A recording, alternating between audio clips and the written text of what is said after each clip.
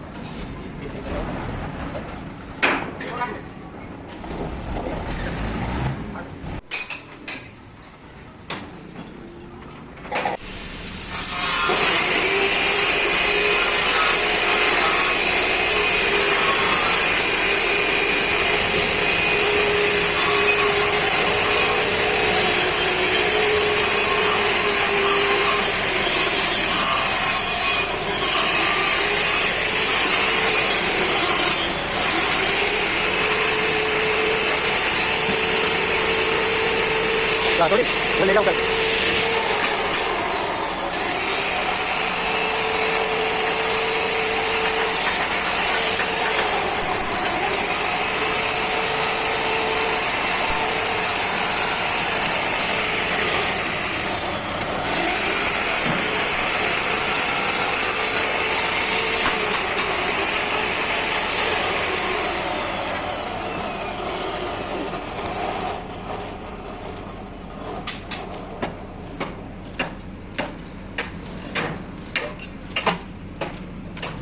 इस समय आप देख सकते हैं कि जाली का कार्य पूरा हो चुका है और वेल्डिंग के बाद मजबूत हो जाएगी।